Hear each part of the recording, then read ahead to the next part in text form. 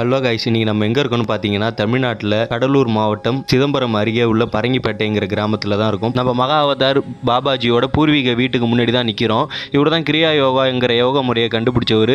வாங்க இவர் வீட்டுக்குள்ளே போகலாம். அவர் வீட்டுக்குள்ளே காலடி எடுத்து வச்சதுமே எங்களுக்கு ஒரு பாசிட்டிவ் வைப் கிடைச்சிது. இவரோட இயற்பெயர் பார்த்தீங்கன்னா நாகராஜ். இவர் இன்றளவிலும் சிரஞ்சீவியா இமயமலையில் வாழ்ந்து கொண்டிருக்கிறார்னு ஆன்மீக அன்பர்களால் நம்பப்படுது. நாங்கள் கோயிலுக்குள்ளே போய் கோவிலை சுற்றி பார்த்துட்டு ஒரு பாபாஜியோட அறை இருந்துச்சு. இந்த அறைக்குள்ளே போய் பார்க்கும்போது பாபாஜியோட போட்டோ போட்டு விளக்கு எரிஞ்சுக்கிட்டு இருந்தது. அந்த கோவிலுக்கு முன்னாடி எல்லாருமே உட்காந்து தியானம் பண்ணிக்கிட்டு இருந்தாங்க. நாங்களும் அந்த இடத்துல உட்காந்து தியானம் பண்ணணும். அப்போ சித்தர்கள்லாம் பார்த்தீங்கன்னா சித்தர்கள் ஒரு சூட்சம ரூபத்துல தான் எல்லாருக்குமே காட்சி அளிப்பாங்க. நாங்க தியானம் பண்ணிட்டு இருக்கப்பதான் அந்த அதிசயம் நடந்துச்சு. எங்களை சுத்தி ஒரு தெய்வீக நறுமணம் இருந்தது. என் வாழ்நாளில் இது வரைக்கும் நான் உணராத நறுமணம் என்னை சுத்தி உலா வந்தபடியே இருந்தது. அந்த நறுமணத்தை நான் உணர்ந்துகிட்டே தியானம் பண்ணி முடிச்சுட்டு கண் விழித்து பார்க்கும்போது என் மனசுல இருந்த கஷ்ட நஷ்டம் எல்லாமே என்னை விட்டு விலகிடுச்சு. என்னோட மைண்ட் ஃபுல்லாவே ஒரு ஃப்ரெஷ்ஷா இருந்துச்சு, புதுசா பிறந்த போல. அப்பதான் எனக்கு ஒரு விஷயம் புரிஞ்சுது. மகா அவதார் பாபாஜியோட எனர்ஜியை நான் உணர்ந்தேன். என்னோட தியானத்தை முடிச்சுட்டு நம்ம சேனலுக்கான வீடியோ எடுக்க ஆரம்பிச்சேன். எடுத்து எல்லாத்தையும் முடிச்ச பிறகு கருவறையை எடுக்கலாமா வேணாமான்னு ஒரு குழப்பத்துல இருந்தேன். கரெக்டா அந்த சமயத்துல அந்த கோவில் பூசாரி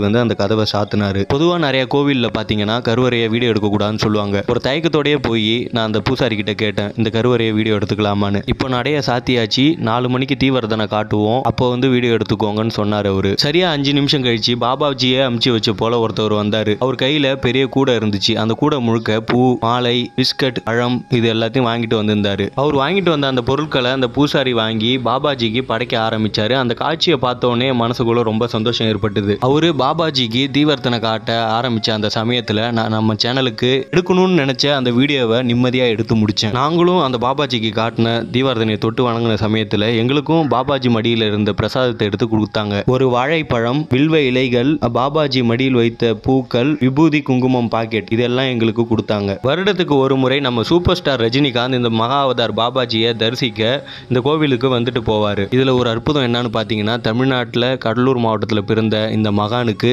இமயமலையில இவருக்கு ஒரு கோவில் இருக்குங்கிறது நம்ம எல்லாருக்குமே ஒரு பெருமை தான். இந்த மகா அவதார் பாபாஜியோட குருவான போகர் சித்தருக்கும் இதே கோவில்ல ஒரு சிலையும் இருக்கு. மகா அவதார் பாபாஜியை தரிசித்த இந்த சந்தோஷத்தோடய நாங்க வீடு சேர்ந்தோம். வீட்டுக்கு வந்துமே கோவில்ல அடித்த அதே நறுமணம் என்ன உலா வந்தபடியே தான் இருந்துச்சு. ஏற்கனவே நம்ம சேனல்ல மகா அவதார் பாபாஜியை பத்தி ஒரு வீடியோ போட்டிருக்கோம். அதுக்கான லிங்க் டிஸ்கிரிப்ஷன்ல கொடுக்குறோம். அதையும் செக் பண்ணி பாருங்க. சேனலை மறக்காம சப்ஸ்கிரைப் பண்ணுங்க. டாடா, பை பை, see you.